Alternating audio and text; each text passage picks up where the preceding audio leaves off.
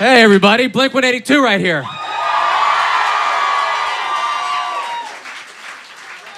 Coming to the Red Bull Sound Space, Tom, you are a veteran to this place, and I think you did even better than last time, and you look very good up here. You know what's funny is both times I've been sick. I just got over being sick. I'm always sick in my hometown. It sucks, but damn. But hey, what I do is I come and I give him my all, and I fuck through those obstacles.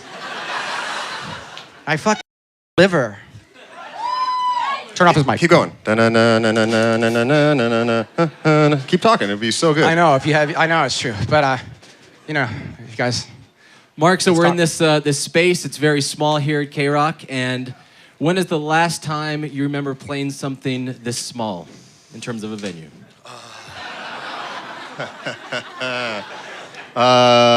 We just actually, on this last tour that we did, we played a place that was, we played in Brooklyn. We played at the Williamsburg Music Hall, and it was a little bigger than this, but not by a whole lot. What does it fit, like 700 people? What's that? 600 people. Yeah, but who's counting? I don't know why they corrected you. Half of that here. What's that? That's about 300 here. Yeah, all right. And when I see bands as big as Blink, even though you're the biggest of them all, and you come here to the sound space, I always think about, all right, they play these huge venues, now they come and play these shows. Do you think about the beginning in your first shows that you were ever doing as you're playing to a crowd this small? Yes, actually, being up here is hot enough that it made me think of the Showcase Theater in Corona. I don't know if you guys remember that venue.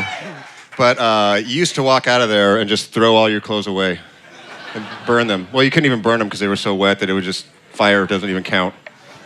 Those clothes are gone now because you could put them on eBay. Oh, no. They don't allow you to sell certain things on eBay. That would be one of them.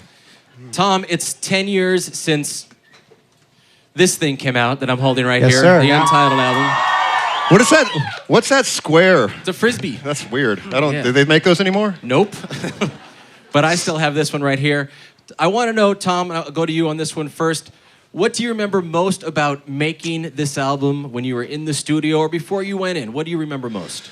For that, it was the biggest thing was the departure of how we approached it. It was the first time where we didn't care about, we really just didn't care about how much it might cost to record a piece of art. Usually before that, we were always very frugal. We had to be, you know, we were around for a long time before our band got popular. So going into the studio was a privilege, you know, and we would have to record everything like an assembly line. That record, we said, let's go get a house. Let's try and take as long as we want. We're going to chase down the rabbit hole, any idea.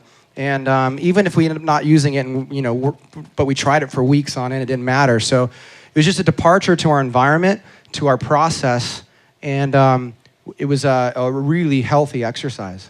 Very nice. Travis, I want to ask you a question. Famous started in 1999, correct? Yes, sir. Famous, let me get the mic here. Famous Stars and Straps has been a company since 1999, you guys. That's amazing.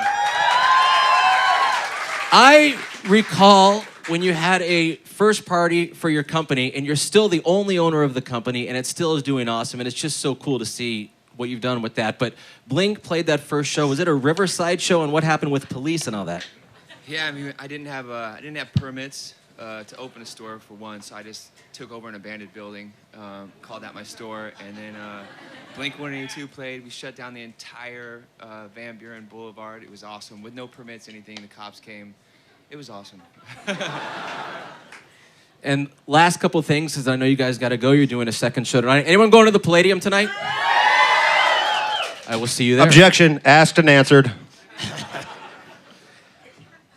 Jerry Finn, the late, great Jerry Finn, who worked on this with you. What do you remember about him, and how is the band different from him not being around and working with you? Because he's worked with Blink, and he worked with AFI, and he passed, and he was a young guy, and man, did I like him. I got to meet him a few times. But it seemed like he was an integral part of what you guys were doing. Absolutely. Jerry was always the invisible fourth member of Blink-182. He guided us. He encouraged us. He made fun of us.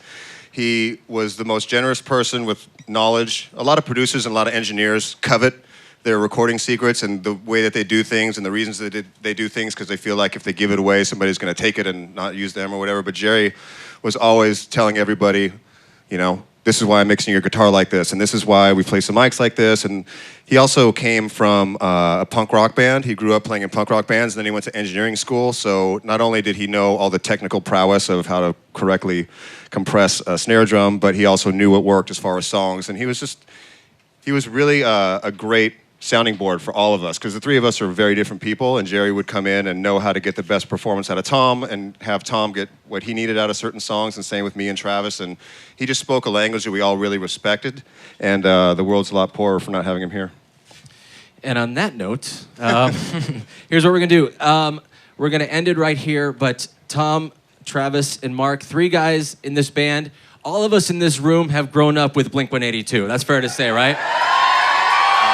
Whether as people, it's our age, it's our hair loss. You guys have grown, and we have grown with you. And we want more music. We appreciate all the shows. We appreciate that you take everything serious, but not yourselves seriously. And we appreciate you for playing the KROQ Red Bull Sound Space today, you guys. Thanks. So Thanks for having us, you guys. Appreciate it. Blink-182. I am Stryker. And you guys, that's gonna do it. So if you're going to the Palladium tonight or one of those Wiltern shows, have fun with the guys from Blink. I am Stryker at the KROQ Red Bull Sound Space. We'll see you next time. And there they go.